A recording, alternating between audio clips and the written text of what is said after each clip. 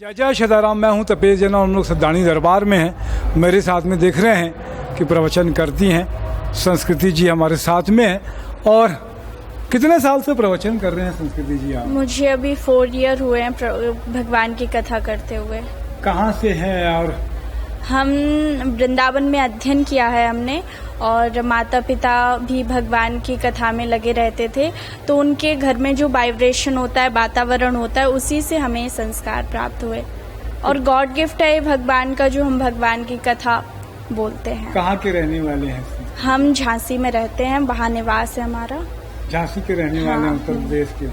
संस्कृति जी क्या बताएंगे और क्या कथा करते हो आप? वैसे हम श्रीमद् भागवत कथा, रामचरितमानस, शिव महापुराण, अनेक कथाएं कहते हैं। सारी कथाओं में हमें यही अच्छा लगता है कि भगवान की भक्ति, भगवान की कृपा किसी विरले को ही प्राप्त होती है, क्योंकि संसार में सभी मनुष्य अज्ञानी हैं, पापी हैं, बहुत अधर्म करते हैं, परंतु भगवान सब पर कृपा करते हैं। सबकी दृष्टि भगवान की ओर रहती है और प्रभु जो करते हैं वह अच्छा ही करते हैं। भगवान की भक्ति प्रत्येक मनुष्य को करना चाहिए। हम संसार से तो प्रेम कर लेते हैं, लेकिन भगवान से प्रेम नहीं कर पाते।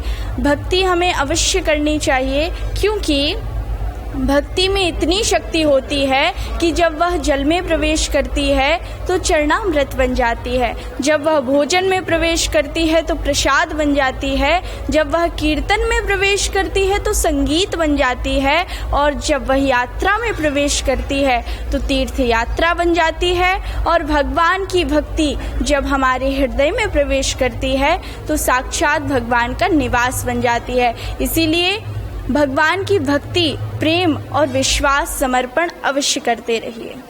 क्या कुछ लगा आपको सद्दानी दरबार में आके?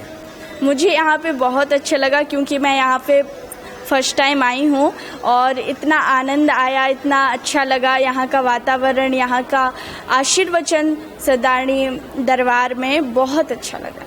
क्या कुछ कहोगे लोगों से और श्लोक के माध्यम से अगर कुछ कहना होगा? भाग्योदयेन बहुजन्म समर्जितेन सत्संगमं च लभते पुरुषो यदा वै अज्ञान हेतु कृत मोह मदांधकार वाशम विदाय ही तदोदयते विवेकः।